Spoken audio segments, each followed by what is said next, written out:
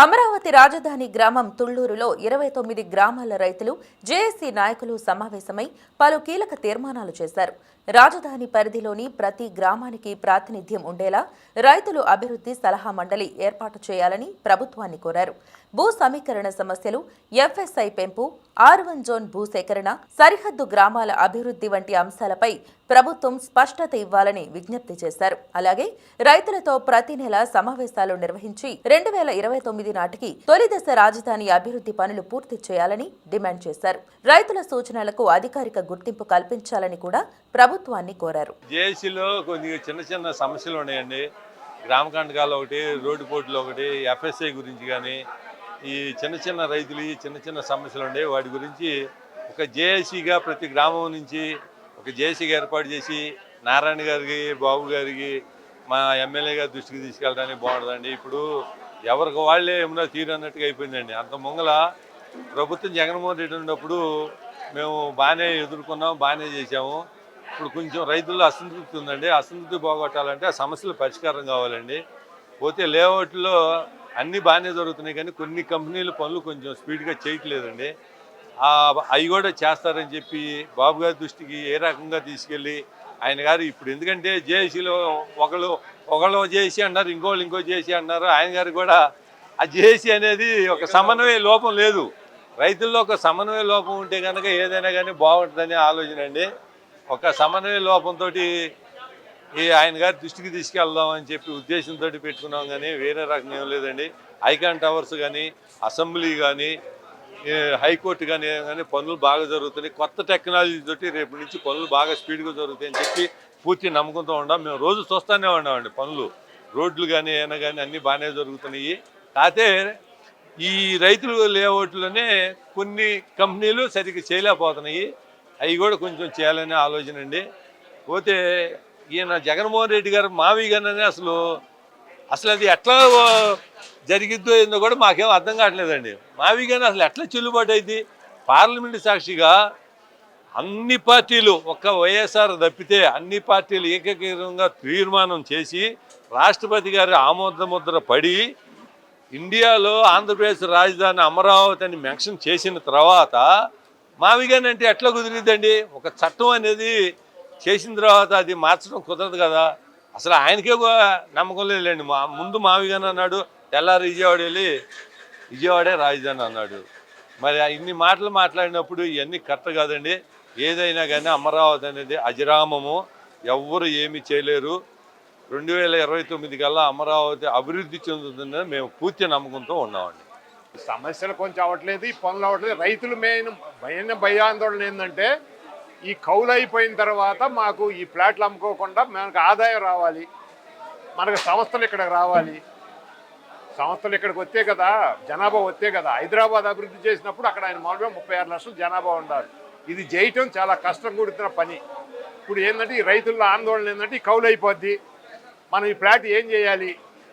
Building కట్టాలి, builder రావాలి, ప్రజలు రావాలి. దాన్ని కూడా ప్రజలు వాళ్ళు ఎట్లా చేయగలుగుతారో చూసి మేము రైతు వారీగా అడిగేది మెయిన్ అదండి. ఈ ఎఫ్ఎస్ఐలు అవన్నీ మనకు పెద్ద తెలియదు కానీ చదువుకున్నాడు. మన రైతుగా అందరి తరఫున ఏంటంటే ఈ కౌలు అయిపోయే తల్లికి ఫ్లాట్ అమ్ముకొని పోవటం కాదు, ఉద్యోగ అవకాశాల్లో ఇక్కడ రైతులు ఉండారు, చదువుకున్న పిల్లలకు కూడా కల్పించాలి. అది ఒకటి మెయిన్ కారణం. అన్ని సమస్యలు ఉంది. సమస్యలు నిన్న కూడా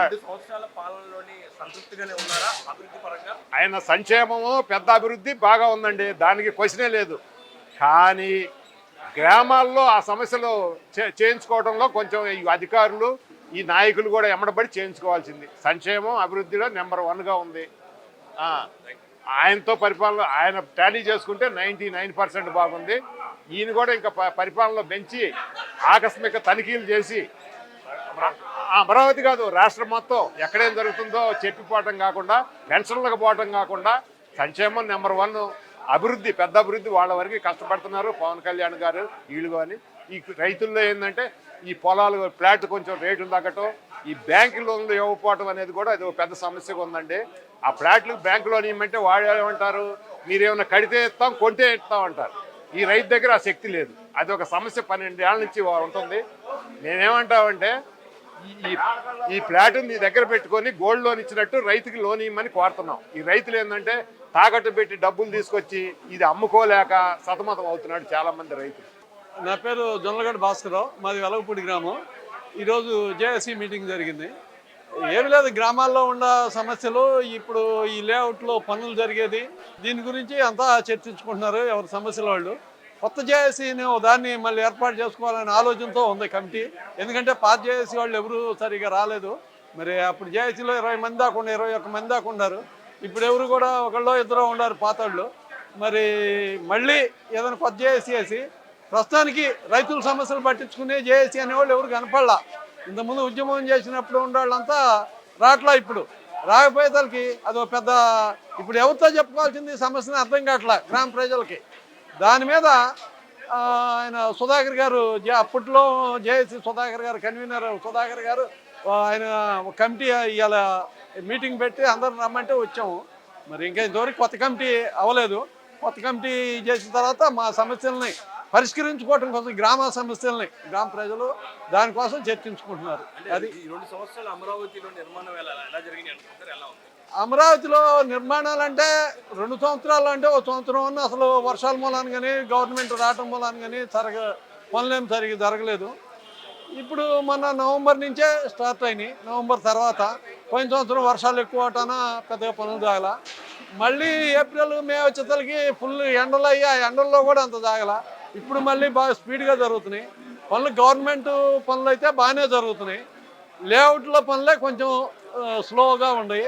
అది మెయిన్ మెగా వాళ్ళు మెయిన్ జోన్ తీసుకున్నారు, 9 జోను. ఆ మెగా వాళ్ళు మాత్రం అసలు పని చేయట్లా. ఇప్పుడు వాళ్ళు చేయాల్సిన పనిలో 10% కూడా చేయలే. అది ఎందుకైంది అర్థం కావట్లా. అది ఎవరు చెప్పినా, ఎవరిని మొరపెట్టుకున్నా కూడా అర్థం కాని సమస్య అయిపోయింది. మెగా వాళ్ళదే మెయిన్. ఒకటి మావిగన్ అంటారు, ఉద్యమానికి రెడీ అవుతారా మళ్ళీ మావిగన్ అంటే?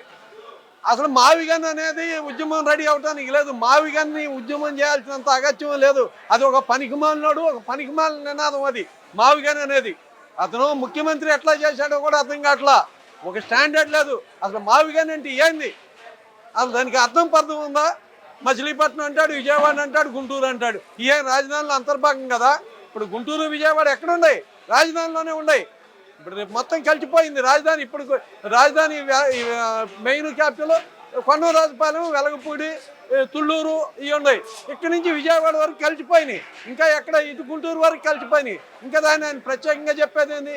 అది ఒక తిక్కల సమస్య. దాని గురించి ఉద్యమం చేయాల్సినంత అగత్యం లేదు. దాన్ని పట్టుకొని ఎవడన్నా ఎలాడబడుతున్నాడంటే వాడంత అవివేకి, వాడంత పిచ్చోడు ఏం లేదు. అది ఒక సైకో చేసిన నినాదం ఆ మావిగన్ అనేది. రాష్ట్ర ప్రజల మొత్తాన్ని చెప్పేది ఏంటంటే, ఆయన మైండ్ లేని మాటలు చెబుతున్నారు జగన్మోహన్ రెడ్డి గారు. వాటన్ని జగన్మోహన్ రెడ్డి చెప్పినా, కొడాల నాని చెప్పినా, అంబటి రాంబాబు గారు చెప్పినా, ఎవరు చెప్పినా వాటి గురించి రాష్ట్ర ప్రజలు ఎవరు భయపడొద్దు. ఎందుకంటే మనకి చట్టం అయింది కేంద్రంలో. ఆ చట్టాన్ని ఎవరు తీసేయలేరు, ఎవరి వల్ల కాదు. కాబట్టి మీరు ఎవరు దాని గురించి భయపడాల్సిన పని లేదు. రాజధాని ఎవరు ఇంచ కూడా కదిలించలేరు. అన్ని ఒట్టి మాటలు, వాళ్ళు మాట్లాడేవన్నీ సలివిడి మాటలు మాట్లాడుతున్నారు అంతే తప్ప ఇంకో మాట మాట్లాడతారు. జై అమరావతి, జై అమరావతి. అమరావతి రాజధాని ఐక్య కార్యాచరణ సమితి తరఫున కూడా పేరు పేరున ప్రతి ఒక్కరికి హృదయపూర్వక నమస్కారాలు తెలియజేసుకుంటూ, ఏదైతే గౌరవ ప్రతిపక్ష హోదా లేకపోయినప్పటికీ కూడా ప్రతిపక్ష పాత్ర పోషించేటువంటి వైసీపీ పార్టీ, దాని నాయకుడు జగన్మోహన్ రెడ్డి గారు ఈ రాష్ట్రానికి ఒక 2.5 సంవత్సరాల ముందుగానే 2029కి కూడా యొక్క మేనిఫెస్టోలో లాగా అమరావతి వర్సెస్ మావిగన్ అని ఒక విధ్వంసకరమైనటువంటి, దురదృష్టకరమైనటువంటి, రాజ్యాంగానికి లోబడినటువంటి మాటలు కొన్ని మాట్లాడినటువంటి నేపథ్యంలో ఏదైతే మేము అమరావతి రాజధాని ఐక్య కార్యాచరణ సమితి జేఏసీ యొక్క పాత్ర, అమరావతి రాజధాని పరిరక్షణ కోసం ఏర్పాటు చేసినటువంటిది ఇది జేఏసీ. ఆ జేఏసీ యొక్క పాత్ర, ఆ పరిరక్షణ అనేది ఏదైతే కూటమి ప్రభుత్వం వచ్చిందో, కూటమి ప్రభుత్వం యొక్క ప్రధాన ఎజెండా అయినటువంటి అమరావతి రాజధాని పరిరక్షణ నెరవేరింది. కాబట్టి మా పాత్ర ముగిసింది ఆ రోజుతో. కానీ ఈ రోజుటువంటి విభిన్నకరమైనటువంటి వ్యాఖ్యలు, ఆ తర్వాత మేమందరం అనుకున్నాం ఈ అభివృద్ధిలో భాగస్వాములు అవ్వాలి, అభివృద్ధికి చేదోడు వాదోడుగా ఉండాలి, అభివృద్ధికి శరవేగంగా జరగాలి అనేటువంటి ఆలోచనతో మేమందరం కూడా దీని మీద ఎప్పటికప్పుడు సమస్యలు ఉంటే ఆ సమస్యలు మాత్రమే దృష్టికి తీసుకెళ్ళాం, ఒక వ్యవస్థ లేకుండా.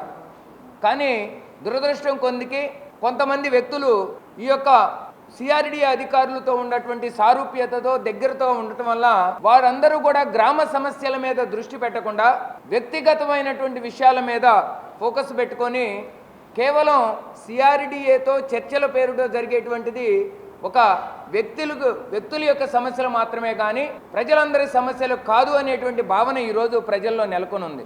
అటువంటి దాన్ని పటాపంచలు చేయాలి, మనమంతా ఐక్యంగా ఉండాలి. అన్ని రకాల జేఏసీలు పోరాటానికి ఏర్పడ్డాయి కాబట్టి ఆ అన్ని రకాల జేఏసీలన్నిటినీ తొలగించి మనమందరం అన్ని కులాలు, మతాలు, వర్గాలు, అదేవిధంగా పెద్ద రైతులు, చిన్న రైతులు, వ్యవసాయ కూలీలు, అదేవిధంగా చిన్న చిన్న దుకాణదారులు అందరూ కూడా, అంటే అమరావతి రాజధాని ప్రాంతంలో నివాసం వాళ్ళు ఉండేటువంటి ప్రతి ఒక్కళ్ళు కూడా ఒక అభివృద్ధి సలహా మండలి ఏర్పాటు చేయాలి అనేటువంటి ఈరోజు సమావేశం యొక్క చర్చల ఫలితంగా మాట్లాడిన ప్రతి ఒక్కళ్ళు కూడా మాట్లాడినటువంటి మాటలు ఏంటంటే, మనం ఒక అభివృద్ధి సలహా మండలిని ఏర్పరచుకోవాలి. ఈ అభివృద్ధి సలహా మండలిలో ప్రతి ఒక్క గ్రామానికి, రాజధాని గ్రామంలో ఉన్న ప్రతి ఒక్క గ్రామానికి ప్రాతినిధ్యం ఉండాలి. అదేవిధంగా అన్ని రకాల బడుగు బలహీన ముస్లిం మైనారిటీ వర్గాలకి సమ ప్రాధాన్యత ఉండాలి, మహిళలకి ప్రాధాన్యత ఉండాలి. వీళ్ళందరినీ కూడా ఒక క్రమంగా ఏర్పాటు చేసుకొని అన్ని రాజకీయ పార్టీల నుంచి కూడా ప్రాధాన్యత ఉండే విధంగా తీసుకొని దీన్ని ఒక అభివృద్ధి సలహా మండలిగా రూపొందించామని ఈ యొక్క సమావేశం ఏకగ్రీవంగా తీర్మానించడం జరిగింది. దానికి అనుగుణంగానే రాబోయే రోజుల్లో ఒక అభివృద్ధి సలహా మండలిని ఏర్పాటు చేస్తాం. ఆ ఏర్పాటు చేసిన దాన్ని కూటమి ప్రభుత్వానికి తెలియజేస్తాం. ఈ యొక్క మీరు అభివృద్ధి భాగస్వాములుగా చర్చల్లో కంపల్సరిగా ఈ అభివృద్ధి సలహా మండలి యొక్క సలహాలని, సూచనలను కూడా పరిగణలోకి తీసుకోవాల్సిందిగా కోరతాం అనేది ప్రధానమైనటువంటి అంశం. రెండోది ఏదైతే ఇప్పటిదాకా నిజంగా గ్రామాలలో భూ సమీకరణ విధానంలో అనేక రకాలుగా విభిన్నమైనటువంటి అపరిష్కృత సమస్యలు ఉన్నాయి. ఈ అపరిష్కృత సమస్యలన్నిటికీ ప్రధాన కారణం ఏంటంటే సమస్యని నివేదించడమే కానీ దానికి ఉన్న పరిష్కార మార్గం క్షేత్రస్థాయిలో ఈ యొక్క అమరావతి ప్రాంత ప్రజలకు తెలుసు. కానీ దురదృష్టవశాత్తు ఆ పరిష్కార మార్గాన్ని సిఆర్డీఏకు సూచించకపోవటం వల్ల కాలయాపన ఎక్కువ జరుగుతూ ఉంది, వాళ్ళు అనేక రకాలుగా శోధించి. కాబట్టి ఈ యొక్క చర్చలో ఈరోజు జరిగినటువంటి సమావేశంలో మనం కూడా మనకు ఉన్నటువంటి సమస్యలను కేటగిరీ వైజ్గా విభజించుకొని దాన్ని ఎవరికి సిఆర్డీఏకి కానీ లేక ఈ యొక్క రాజధాని అభివృద్ధికి కానీ ఆటంకం కలగకుండా ఏ విధంగా పరిష్కారం చూపెట్టాలి, అటువంటి పరిష్కార మార్గాలని నిరంతరం మనం ఈ యొక్క సిఆర్డీఏ దృష్టికి తీసుకురావాలి అనేటువంటిది కూడా ఈరోజు నిర్ణయించడం జరిగింది. అదేవిధంగా మూడవది అంశం ఏదైతే దీర్ఘకాలమైనటువంటి సమస్యలు ఉన్నాయో గ్రామ కంటాలు, అదేవిధంగా ఈది పోర్టులు ప్లాటులకి ప్రత్యామ్నాయ ప్లాట్లు కేటాయింపులో జాప్యత కానివ్వండి, లేకపోతే ఎన్ఎస్పి అంటే నెగోషియబుల్ సెటిల్మెంట్ పాలసీ ద్వారా R1 జోన్లో ఉన్నటువంటి భూమిని సేకరించేటప్పుడు తొందరపడి భూసేకరణ నోటీసులు కాకుండా వాళ్లతో ఒక పరిష్కారమైనటువంటి విధానంగా ఒక పరిష్కార మార్గాన్ని సూచించాలి. దాన్ని వెంటనే ఒక టైం లైన్ బౌండ్తో చేసుకుంటూ వెళ్తే కనుక అభివృద్ధి పనుల్లో కూడా ఆటంకం ఉండదు. కాబట్టి ఆ టైం లైన్ పెట్టి ప్రభుత్వానికి లేకపోతే సిఆర్డీఏకి ఆ సమస్యలను పరిష్కరించడంలో ఏదైనా పెద్ద ఇబ్బందులు ఉన్నాయా, ఆ ఇబ్బందుల్ని రైతులకి సమావేశాల ద్వారా వివరించాలి, రైతుల్ని నాలెడ్జ్ చేయాలి. అన్నిటికంటే బర్నింగ్ సమస్య, ప్రతి ఒక్కళ్ళు మాట్లాడుతున్నటువంటి సమస్య, అదేవిధంగా ఎఫ్ఎస్ఐ పెంపుదల గురించి. అసలుకి సిఆర్డీఏ మీద ఒక బృహత్తరమైన బాధ్యత ఉంది. ఒక ఎఫ్ఎస్ఐని రూపొందించారు. ఆ ఎఫ్ఎస్ఐని ఏ ఉద్దేశంతో రూపొందించారు? ఎఫ్ఎస్ఐతో లింక్ ఉండేటువంటిది ఏంటంటే ఇన్ఫ్రాస్ట్రక్చర్. ఎక్కడా కూడా నేను చదువుకున్న దాని ప్రకారం ఎఫ్ఎస్ఐ అనేది ఆ యొక్క డెన్సిటీని బట్టి ఉంటుంది, జనసాంద్రతను నిర్ణయించింది. ఆ జనసాంద్రతకు అనుగుణంగానే మౌలిక వసతులు కల్పించడం జరుగుతుంది రాజధానిలో. మరి ఈ ఎఫ్ఎస్ఐ పెంచడం వల్ల వచ్చేటువంటి పరిణామాలు ఏంటి, ఎఫ్ఎస్ఐ పెంచకపోవడం వల్ల రైతులు ఏమన్నా నష్టపోతారా? ఈ విషయాలన్నీ కూడా ప్లానింగ్ అధికారులు స్పష్టంగా సమావేశాలు పెట్టి రైతులకి అవేర్నెస్ కలిగించి ఆ అవేర్నెస్తో కూడినటువంటి నిర్ణయాన్ని అమలు చేయాలే కానీ ఏదో కొద్దిమంది వ్యక్తులు కోరిన విధంగా కనుక మీరు చేసుకుంటా పోతే అవే ఏదైతే మా కోరిక మీద మీరు చేశారంటున్నారో అవే భవిష్యత్తు కాలంలో మాకు గుదిబండలుగా మారుతున్నాయి. దానికి ప్రత్యేకమైన ఉదాహరణే ఏ ఊరికి ఆ ఊరు ప్లాట్లు తీసుకున్నటువంటి నేపథ్యం. ఈరోజు మా మిత్రులు ఈ చర్చల్లో చాలామంది మాట్లాడింది ఏంటంటే, ఇక్కడ ఉన్నటువంటి నెక్కళ్ళు కానివ్వండి, శాఖమూరు కానివ్వండి, లేకపోతే మంగళగిరి మండలంలో ఉన్నటువంటి నవలూరు కానివ్వండి, ఈ అన్ని గ్రామాల్లో ఈ యొక్క బోర్డర్ విలేజెస్ ఏదైతే ఉండే 29 గ్రామాల్లో సరైనటువంటి అభివృద్ధి జరగట్లేదు. మా ప్లాట్లకి సమ ప్రాధాన్యతలో మాకు దీనికి ఉండేటువంటి ధరలు కూడా ఉండట్లేదు అనేటువంటి బాధపడతా ఉన్నారు. అభివృద్ధి అంతా కూడా ఒకచోట కేంద్రీకృతం అవుతుందని బాధపడుతున్నారు. దీనికి ప్రధాన కారణం ఆ రోజు మాకు మీరు సరైన అవగాహన కల్పించకపోవటం వల్ల జోనల్ సిస్టంలో కేటాయింపుల్ని మేము వ్యతిరేకించి ఏ ఊరికి ఆ ఊరు కావాలని మళ్ళీ అదేటువంటి దురదృష్టం రేపు ఎఫ్ఎస్ఐ రూపంలో రావచ్చేమో. కాబట్టి మీరు దానిని వెంటనే పరిష్కరించే విధంగా పూర్తిగా అవేర్నెస్ కార్యక్రమాలు పెట్టాలి. అదేవిధంగా ఒక మంత్లీ కనీసం ఒకటి ఈ అభివృద్ధి సలహా మండలి కానివ్వండి, రైతులందరితో కానివ్వండి, రైతు ప్రతినిధులతో కానివ్వండి, మీరు ఒక సమావేశం నిర్వహించాలి. ఆ సమావేశంలో ఎంతవరకు అభివృద్ధి జరుగుతుంది, ప్రభుత్వం యొక్క లక్ష్యాలు ఏంటి, ఎంతవరకు నెరవేరపోవడానికి ఉన్నటువంటి అడ్డంకులు ఏముండే, ఆ అడ్డంకుల్లో రైతుల నుంచి చేయాల్సినటువంటి సహాయ సహకారాలు ఏంటి, వీటన్నిటిని కూడా మనం తెలియజేయాలి. ఇది కూడా మీరు ప్రతి నెల ఒక ఫిక్స్డ్ డేట్ని కనుక చేస్తే మేము కూడా గ్రామాలలో ప్రతి వారం కూడా మేము సమావేశాలు నిర్వహించుకొని సరైనటువంటి సమస్యలను మాత్రమే మీ దృష్టికి తీసుకొచ్చి వాటి పరిష్కారానికి దోహదం చేస్తాం. ఇవన్నీ కూడా జరగాలి అంటే అందరూ వచ్చినటువంటి 29 గ్రామాల నుంచి ఈరోజు వచ్చారు. ఆ 29 గ్రామాల్లో అందరూ కూడా అనేక జేఏసీల యొక్క నేతలు కూడా దీంట్లో ఉన్నారు. వాళ్ళందరూ కూడా చెప్పిన మాట ఒకటే, మనం అభివృద్ధి సలహా మండలిగా ఉండాలి. ఎందుకంటే 2029 కల్లా ఏదైతే ప్రభుత్వం చెబుతుందో ఆ మొదటి దశ 100% పూర్తవ్వాల్సిందే. దానికి రైతుల నుంచి అన్ని రకాల సహాయ సహకారాలు అందించడానికి మేమంతా సిద్ధంగా ఉన్నాం. యువత ఉద్యోగ అవకాశాల మీద కల్పించాలి. అదేవిధంగా కార్మికులకి పని దినాలు కల్పించాలి వాళ్ళకి. అదేవిధంగా ఈ రైతులకి రేపు కౌలు చెల్లించేస్తారు. కౌలు అయిపోయిన తర్వాత ప్రత్యామ్నాయమైనటువంటి మార్గాలు ఏముంటాయి అంటే, మీరు చిన్న తరహా కుటీర పరిశ్రమల్ని ఇక్కడ ప్రోత్సహించే విధంగా ఉండాలి. బ్యాంకులు లోన్లు అందించే విధంగా ఉండాలి. అదేవిధంగా క్యాపిటల్ గెయిన్ యొక్క ఎగ్జంప్షన్ని సక్రంగా అందజేసే విధంగా, సక్రంగా వాళ్ళకి అందే విధంగా ప్రభుత్వం చర్యలు తీసుకోవాలి. దీనికి ఏదైతే స్టాంప్ డ్యూటీ వాల్యూ మీద మీరు దృష్టి పెట్టాలి. ఎన్ని పాయింట్ల మీద ఈరోజు విస్తృతమైనటువంటి చర్చ జరిగింది. ప్రజలందరూ కూడా, వచ్చినటువంటి నాయకులందరూ కూడా ఈ యొక్క అభివృద్ధి సలహా మండలి ఉండటం ఉత్తమమైనది. దాన్ని ప్రభుత్వం గుర్తించాలి. ఆ గుర్తించడానికి ప్రభుత్వ సహకారం అవసరమైతే స్థానిక శాసనసభ్యులు ఇక్కడ ఉన్నటువంటి తెనాలి శ్రావణ్ కుమార్ గారు కానివ్వండి, నారా లోకేష్ గారు కానివ్వండి, వారి యొక్క కీలక భూమి వహించి తప్పనిసరిగా ఒక అభివృద్ధి సలహా మండలిని ఏర్పాటు చేయడానికి, దాన్ని అధికారికంగా గుర్తించి వారితో నిరంతరం చర్చలు జరిపితేనే భాగస్వాములకి సరైనటువంటి విలువ ఇచ్చిన విధంగా ప్రజలు భావిస్తారు. దయచేసి ఇటువంటి చిన్న అపరిష్కృత సమస్యలు దీర్ఘకాలంగా ఉండే అవకాశం ఉండదని తెలియజేసుకుంటూ, ఈ సమావేశంలో అందరూ కూడా చాలా సౌద్భావమైనటువంటి వాతావరణంలో చర్చలు జరిగినాయి. దీనికి సమస్యకు పరిష్కార మార్గాలు కూడా కనుగొనడం జరిగింది. వీటన్నిటినీ కూడా సలహా మండలి ద్వారా తప్పనిసరిగా ప్రభుత్వానికి చేరవేస్తామని మీ ద్వారా తెలియజేసుకుంటూ, ఈ కమిటీ ఏర్పాటు చేయడం ఎంతో మంచిది. ఎందుకంటే చిన్నకారు రైతులకి అనేక సమస్యలు వస్తున్నాయి. అదేవిధంగా అసైన్ రైతులు 4th కేటగిరీ వాళ్ళకి సంబంధించి కూడా ఇంతవరకు వాళ్ళ గురించి ప్రభుత్వం ఎట్టి చర్య కూడా తీసుకోలేదు, కౌలు రావట్లేదు. కాబట్టి ఈ సమస్యలన్నింటినీ కలిపి ఒక పక్క గ్రామ కట్టాలు, రోడ్లోకి ఏదైతే ఇళ్ళు కోల్పోతున్నారో వాళ్ళ సమస్యలు అన్నీ, ప్రతి సమస్య 29 గ్రామాల్లో ఉన్న ప్రతి సమస్య గురించి ఈరోజు చర్చించడం జరిగింది. కమిటీ కూడా ఏర్పాటు చేయడం మంచిది అని కూడా అందరు నిర్ణయించారు. దానికి మనస్ఫూర్తిగా మేము కూడా అంగీకరించాము.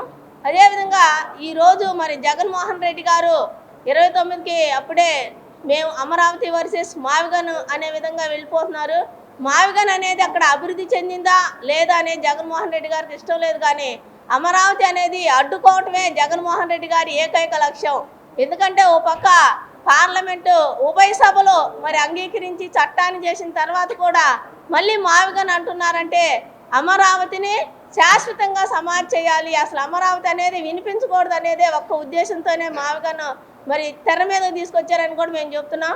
కనీసం మరి ఆ 29 గ్రామాల రైతులకి ఒక సలహా కానీ సూచన కానీ ఏమి ఇవ్వకుండా మావిగన్ అనేదే నా అజెండా అని చెప్తున్నారు. మేమందరం ఒకటే చెప్తున్నామండి, ఈరోజు సన్న చిన్నకారు రైతులు ఉన్నారు, పెద్ద రైతులు ఉన్నారు, భూమి మీద ఆధారపడిన మరి రైతు కూలీలు ఉన్నారు. వీరందరూ కూడా ఒకటే ఆలోచిస్తున్నారు.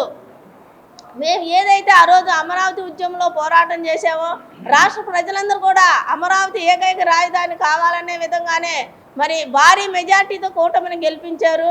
ఈరోజు కూడా మరి మావిగన్ వర్సెస్ అమరావతి అన్నప్పుడు ప్రజలే దీన్ని చూసుకుంటారు. ఎందుకంటే ఆ రోజు అమరావతిని ప్రజలందరూ కోరుకున్నారు కాబట్టి ఈరోజు ఈ విధంగా మరి అమరావతి ఉద్యమ ఫలితాలు అమరావతి మరి అభివృద్ధిలో ముందుకు సాగుతుందని కూడా మేము నమ్ముతున్నాం. అదేవిధంగా ఈ రైతులందరూ కమిటీ వేసిన విధానాన్ని మరి సుధాకర్ గారికి ధన్యవాదాలు తెలియజేస్తూ మరి మమ్మల్ని కూడా దీనిలో భాగస్వాములు చేసినందుకు మా వంతు కూడా ఈ రైతుల సమస్యలు కానీ భూమి లేని నిరుపేద కుటుంబాల యొక్క సమస్యలు కానీ ప్రతి ఒక్కరు కూడా మేము ప్రభుత్వం ముందుకు తీసుకెళ్తామని తెలియజేస్తున్నాం. అదేవిధంగా మరి ప్రభుత్వానికి కూడా మేము ఒక్కటే సూచన చేస్తున్నామండి, అభివృద్ధి అనేది మరి అమరావతి అభివృద్ధిలో మరి కంపెనీలకు ఏదైతే మీరు కాంట్రాక్ట్కి ఇచ్చారో వాటి సకాలంలో పూర్తి చేసే బాధ్యత కూడా ఈ ప్రభుత్వం తీసుకోవాలి. రైతులకు ఇవ్వాల్సిన ప్లాట్లు కూడా సకాలంలో మరి సమస్తం పూర్తి చేసి రైతులకు అప్పచెప్పాలని తెలియజేస్తూ 2019-24 మధ్యలో సుదీర్ఘమైన పోరాటం చేసి అమరావతిని సాధించుకున్నాము. అమరావతి ఇకపోతే పోరాటం అయిపోయింది, జేఏసీల పని ముగిసింది. ఇక జేఏసీ జాయింట్ యాక్షన్ కమిటీ అనేది ఎప్పుడైనా పోరాటాల కోసం చేసుకుంటాం. మా పోరాటం ముగిసింది. అమరావతిని కూటమి ప్రభుత్వంని మళ్ళీ తిరిగి తెచ్చుకున్నాము. ఇకపోతే చిన్న చిన్న సమస్యలు అనేవి ఎప్పుడు కూడా అభివృద్ధికి ఆటంకం కాకూడదు అని చెప్పి మేము ఈరోజు ఆ గ్రామాల్లో ఉన్న చిన్న చిన్న సమస్యలు ఎవరికి చెప్పుకోవాలో కూడా ఎలా పరిష్కరించుకోవాలో కూడా తెలియని పరిస్థితుల్లో రైతులు ఉన్నారు. వారందరూ సోషల్ మీడియా వేదికగా వాళ్ళ సమస్యలను చెప్పుకుంటున్నారు. దీనివల్ల ఈ సమస్యలు బయటకు బహిర్గతమై అమరావతిలోనే వాళ్ళ రైతుల సమస్యలే పరిష్కారం అవ్వట్లేదు, ఇంకా ఈ రాష్ట్రం పరిస్థితి ఏంటి అని చెప్పి ఈ జగన్మోహన్ రెడ్డికి ఆసరాగా అవుతున్నాయి అని చెప్పి ఇలా జరగకూడదు, ప్రతి రైతు సమస్యని ప్రభుత్వం దృష్టికి తీసుకెళ్ళాలి, సిఆర్డీఏ దృష్టికి తీసుకెళ్ళాలి అనే విధంగా ఒక ఆలోచన చేసి ఇందులో ఎటువంటి స్వార్థపరులకు కానీ ఎక్కడ స్వార్థపూరితమైన ఆలోచనలకు కానీ కాకుండా నిజమైన సమస్యల్ని జెన్యున్గా ఉండే సమస్యల్ని సిఆర్డీఏ దృష్టికి తీసుకెళ్ళి దాన్ని ఏ విధంగా పరిష్కరించవచ్చు అనే ఆలోచన కలిగిన కెపాసిటీ ఉన్న వ్యక్తుల్ని కూడా ప్రతి గ్రామం నుంచి ఇన్వాల్వ్ చేసి ఒక కమిటీని వేస్తామని చెప్పి సుధాకర్ గారు ఇనిషియేటివ్ తీసుకొని ఈరోజు ఈ కార్యక్రమాన్ని ఈ మీటింగ్ ఏర్పాటు చేయడం జరిగింది. నిజంగా మేమందరం దీన్ని స్వాగతిస్తున్నామండి.